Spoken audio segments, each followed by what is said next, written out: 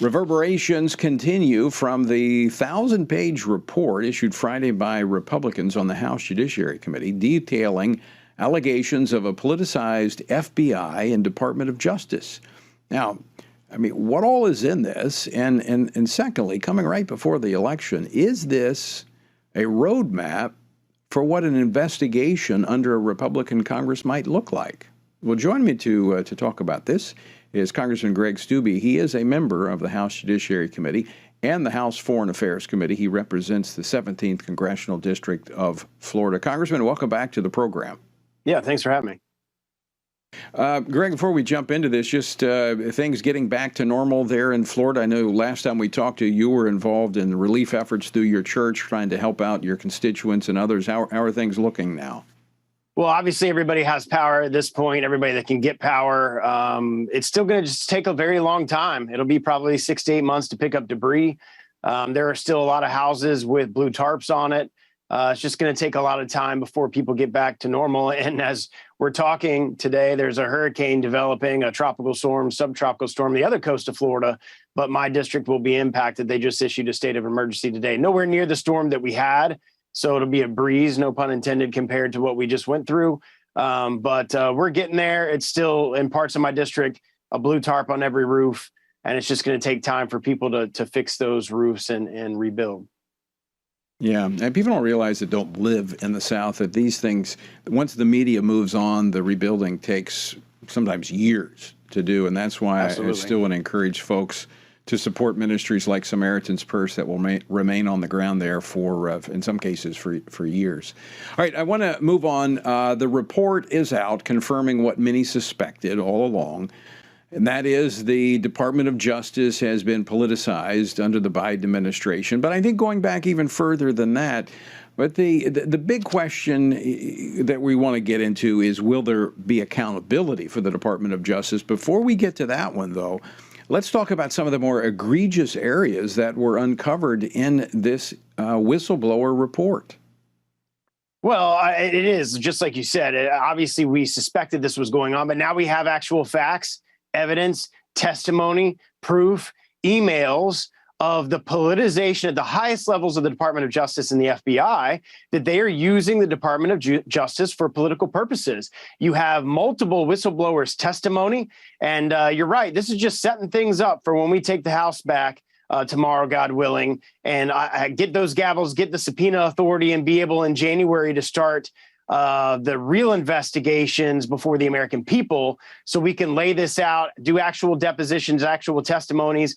They were using the Patriot Act to go after parents at school board meetings because they didn't agree with what they were saying about the education of their children. I mean, it's just a complete and utter abuse of the justice system, our intelligence system, to go after and surveil individuals without warrants, to weaponize the Department of Justice against parents of all people who care about the education of their children, and normal everyday people that happen to be conservatives. Of course, this wasn't equally targeted at all, and liberal organizations.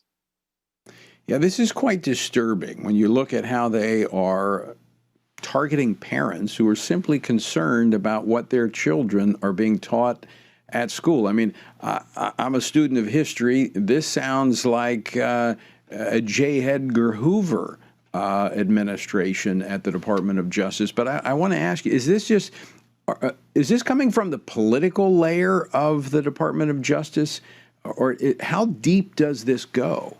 I think this goes pretty deep down from a management perspective, because at some point, if you're one of those mid-level managers, you've been there for 20, 30 years, and you're getting orders that you know aren't something that you should be doing that are legal, that aren't balanced in the justice of power, you're probably going to follow orders, which is unfortunate, but a lot of those people don't want to either retire. I just met a woman in my district that came up to me that just retired. She did 30 years in the FBI, and she left the bureau. Her and her supervisor left the bureau because they were going after 80-something-year-old people that just walked into the Capitol on January 6th instead of going after real criminals. And she was sick and tired of it, so she left. So I think the people on the ground, your day-to-day agents at the city levels, are probably not corrupted in this fashion, but their hierarchy, their management, certainly the highest levels of the DOJ and the FBI in Washington, D.C. need to be completely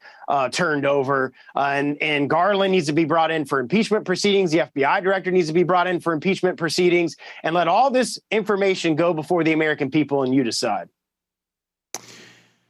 You mentioned impeachment. You mentioned hearings. Now, the Department of Justice is under the executive branch, so you can control the purse strings. You can have hearings.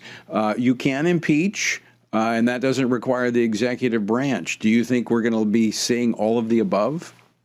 Yes, FISA gets reauthorized in 2023. I remember the Judiciary Committee has talked about not supporting that because that's what was used to go after and surveil people from an opposite political party during the Trump campaign and otherwise. You're going to see an all-above approach. You're going to see investigations. You're going to see impeachment proceedings. You're going to see us using the appropriation process to be able to accomplish policy objectives because the DOJ gets their money from the House. All of those things you'll see, and then those investigations, so we can bring that information before the American people so they can see exactly what was going on in the Department of Justice.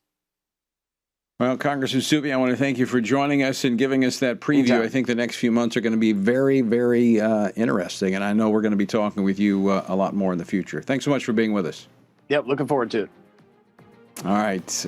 Coming up, according to Democrat Congressman Jim Clyburn,